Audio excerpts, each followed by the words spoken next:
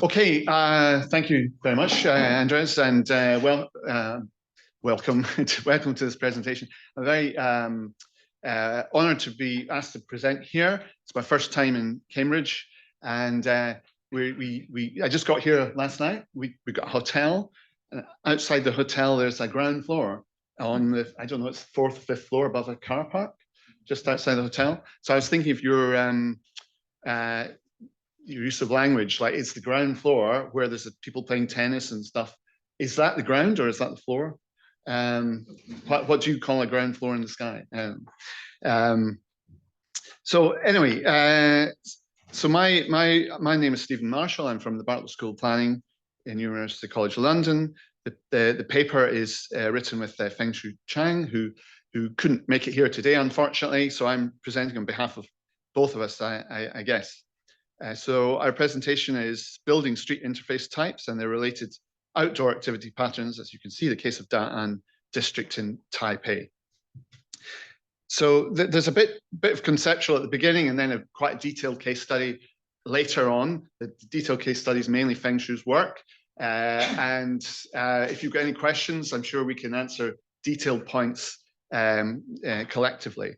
But I'm going to start by just saying a little bit about Rez de Ville precedents, and then the conceptual part, a little bit about conceptual parts to do with interfaces, then move on to the Taipei context and the challenge of the paper, and then move on to talk about interface types, the results of our residents' outdoor activity survey, some things about favorability, and then some conclusions.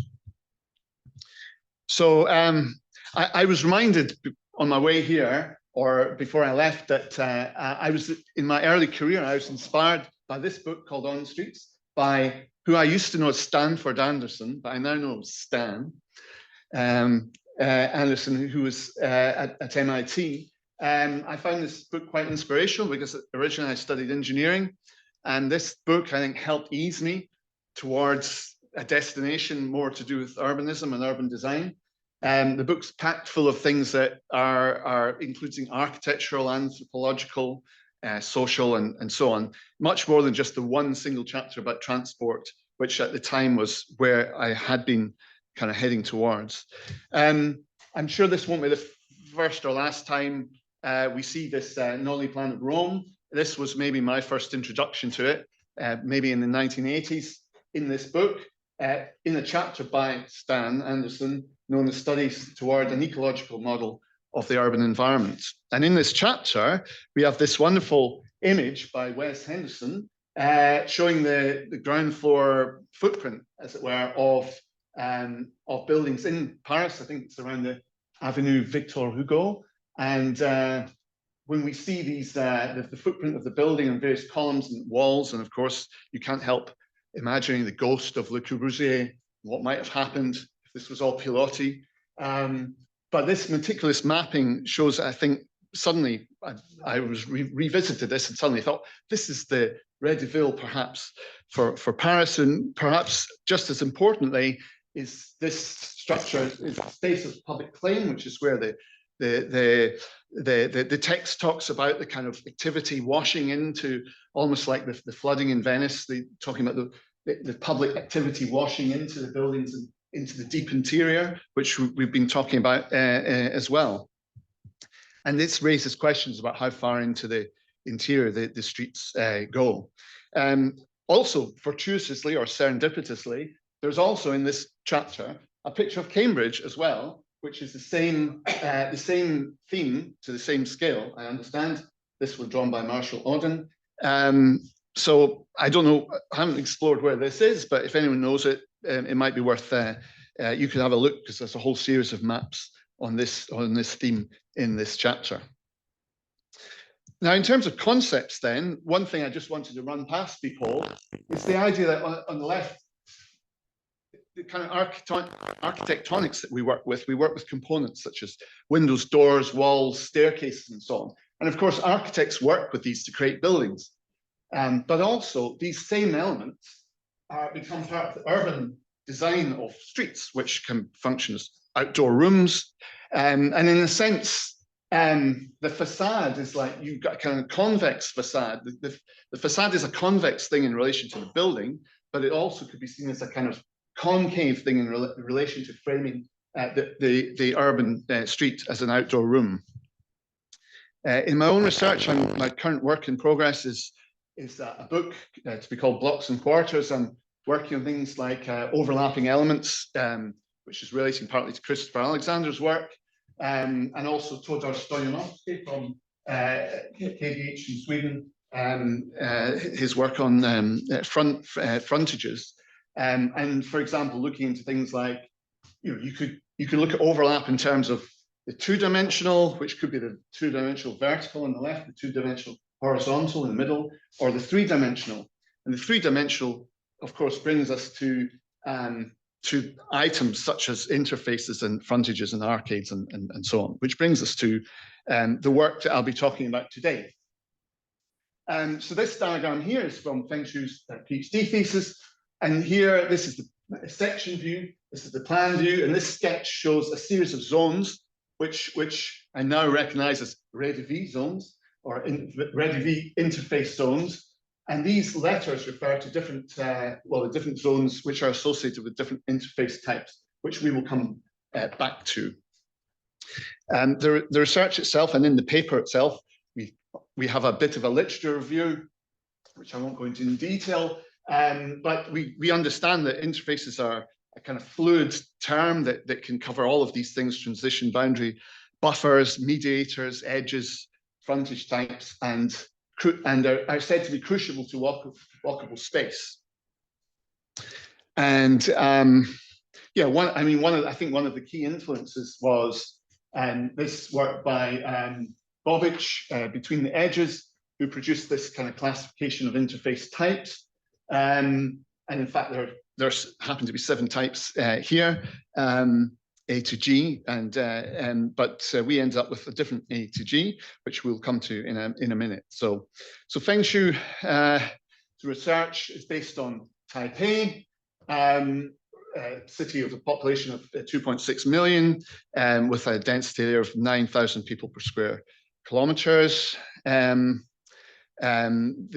district chosen for the analysis was quite a dense area, as you can see here.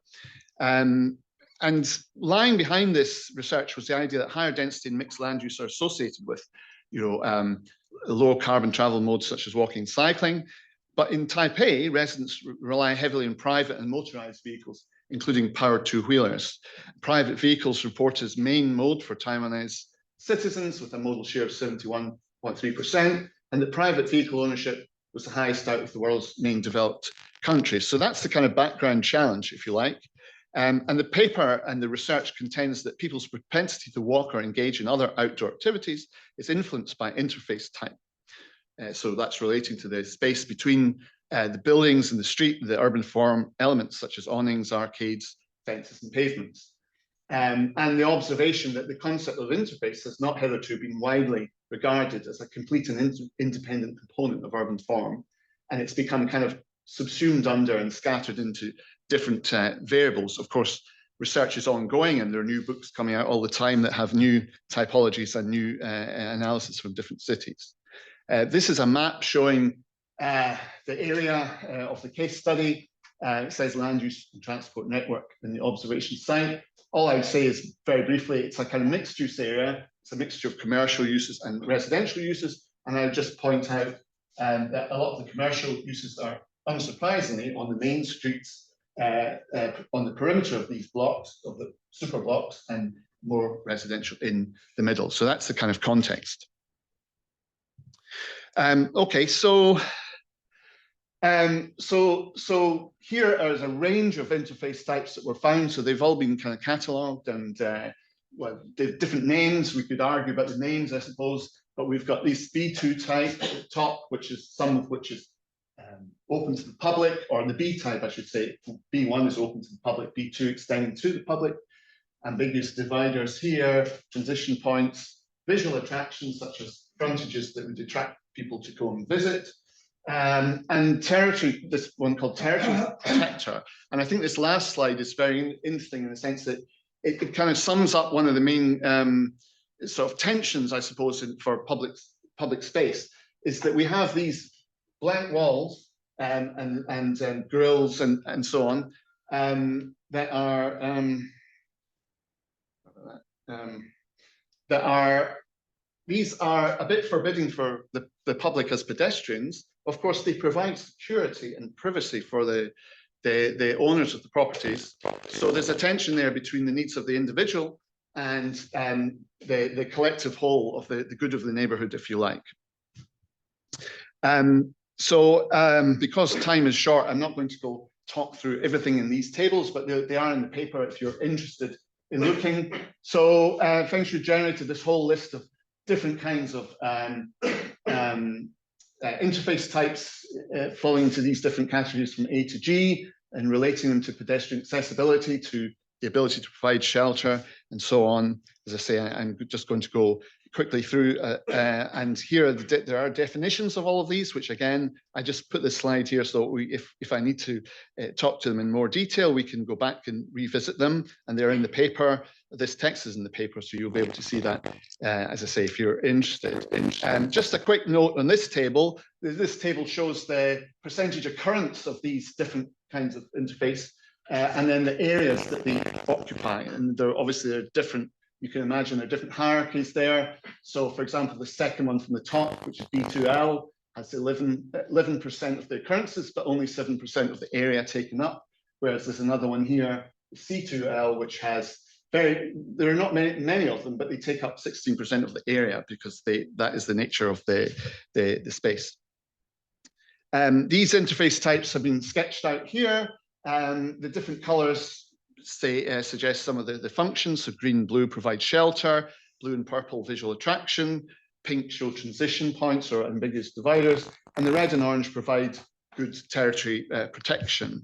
And these can be seen mapped on this diagram here. This is the key, and you can see if you can imagine walking around the streets, you can get you can imagine what the pedestrian experience could be in facing these different walls or shop fronts or shutters or whatever.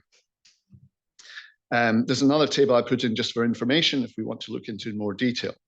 But I'd rather move on to talk a little bit about some residents' outdoor activity surveys, which was intended to look at, well, what are actually people doing? How are they using the space? So the surveys were conducted partly online, partly in person on the site, and including some questionnaires distributed in hard copy in community centres. And Feng Shui looked into travel mode, use of front door space, walking behaviour, and some basic demographic information as well. And again, there's more details in the paper. I just choose one slide to show some of the activities going on here, including smoking, doing housework, maintaining car, and so on. These are grouped into three of Jan Gehl's kinds of pedestrian activity. The first one being necessary activities, which was 52% of the cases. The next one being optional activities, which was, I think, 42, and then sorry, 52, 40, and then final 8%, which is social activities, people watching and socializing with neighbors. So this gives a feel for what people were doing. So basically, a lot of people were just using the space to enter and exit the building. Of course, in some cases, the buildings are right next to the street, and what else would you be using them for? Feng Shui evaluated some of these areas into favorable and unfavorable.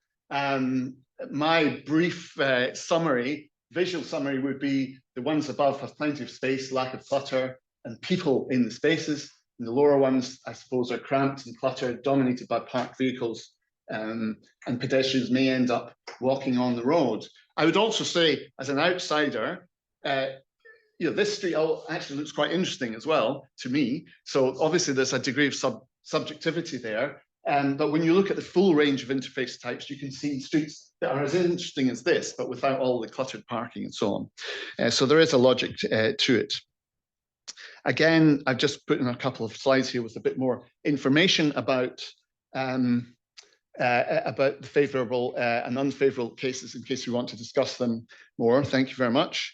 We can refer to those if people have questions. So among the main findings, I suppose, were some of the types that were found to be So at neighbourhood level, the C2L, which is large landscape front setbacks, constitutes almost the whole of the favourable neighbourhood, whereas unfavourable neighbourhood consists of B4L, canopies, sliding doors and shutters, balconies, awnings and walls. And again, this was reinforcing the idea of the tension between what the individual residents may value, such as walls for privacy and security, versus the benefits to pedestrians or the neighbourhood walkability as a whole, which might favour more interesting and active frontages. Also, I suppose the determining factors for favourability or unfavourability were the three main ones were considered the quality of walking space, the quantity of parking space, and the ability to host outdoor activity in the semi-private and public front space. And these confirm maybe some known assumptions or findings elsewhere in the literature. I mean, you might say these three are obvious if you just say them out loud like that. But I suppose if you see them as part of a larger range of factors, that I suppose the significance is these are the three that stood out as being the most important of the factors looked into. So conclusions then.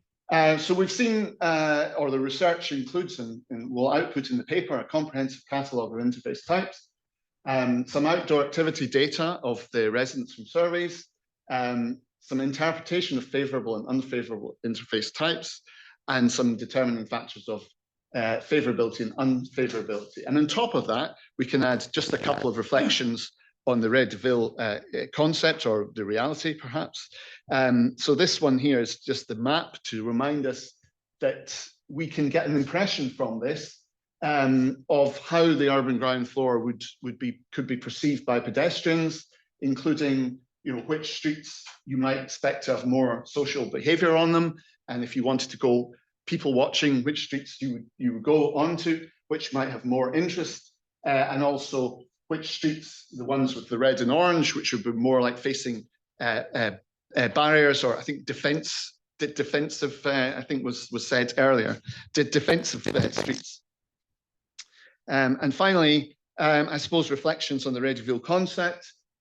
So I suppose this diagram, which was conceived independently, I suppose this could be seen as helping to define the urban ground floor, or at least to pose questions about where the urban ground floor, how far into the building does the urban ground floor go, and to categorize different parts of it. And also, I suppose, the urban ground floor as a thing can be seen as a composite entity, including not only the public street space and frontage, but the uses and activities in the adjoining buildings. So thank you. Especially the ground floor of the fronting buildings. So I think it helps make us think, well, how far, as in one or two previous presentations, like how far into the adjoining plot do we go? Do we go inside the building on the ground floor? Do we go into the backyard within the same plot? Do we include the whole of the block as well? And also, finally, if the urban ground floor is considered a thing, an actual entity, a distinct and integral space or territory in its own right, then the interface could be seen an integral part of that. So, and not just as a boundary or as an external boundary, but it could be seen as an internal threshold between different parts of that floor. So in a way, like if you take the metaphor of an urban ground floor, then it's almost like saying, well, this is a partition within a building, between the outdoor rooms and the indoor rooms. And with that, I'll end. So thank you very much. A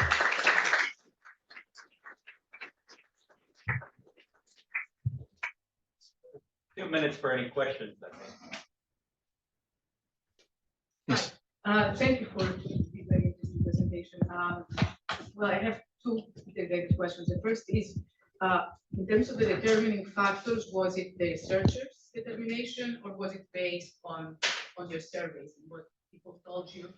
And the second was, I was a little bit perplexed when I saw that you put awnings and balconies as unfavorable, and kind of reminds of some of the early work of Amos Rappaport on walking, talking about, the interest of a much more complex urban environment vis-a-vis the curtain wall is, but more importantly, for hot climates, the awnings provide shade, which is a very important aspect of walking. So I was wondering why you put awnings and balconies as unfavorable. Yeah. Well, I think to answer the first question, I think those factors were from the surveys, as I recall. So the surveys asked people about things about their activities and travel behavior and walking behavior and so on. If they asked them if they favor or not favor, or this was a meta-analysis. Well, it wasn't a meta-analysis from me. It was from the outcome of the survey. And the second question, well, for the particular term of awnings, I need to look into it. But I think it was relating to probably the overall, just the overall frontage type, or the overall interface type, I should say, that those things happen to correspond. Those things happen to correspond with the areas that were considered less favorable. So I suppose like any survey could show a whole number of factors that could talk about like the frontage of this street, for example, and there could be some reason, like there are very large columns just over there, and the columns may or may not happen to be associated with, like, say, a busy road. But it doesn't necessarily mean that columns are bad, if you see what I mean. It's just that in this particular sample, the ones with certain awnings, and maybe they related to shutters and maybe dead frontages or whatever, that it just happened that those were the outcomes. And I mean, and also clearly Feng Shui knows the area very well. So in terms of the local climate or any of those factors, I'm sure those would have been sort of taken into account. So, but thank you for the question. Yes.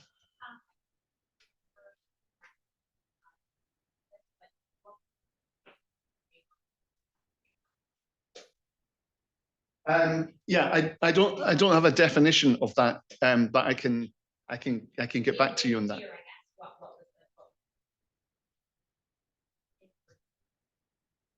Yeah, well, as I say, I don't have the exact definition for that, but I think it was one. I think it was to do with the surveyed. Well, it came out of the survey, so it would be to do with the survey of the residents. These are neighborhoods that they self-identified. I guess so.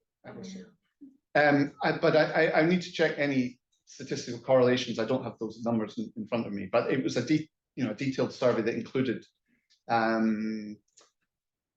where the people lived and what their block was, and whether the block had mopeds parked in front of it, and what their travel activity was, and whether they walked often or not, and it's stuff like that. There's quite a lot of detail, but I mean, it's a good question, and when we come to write the paper, we will ensure that those questions are answered to the best of our ability. Thank you. Thank you. Thank you.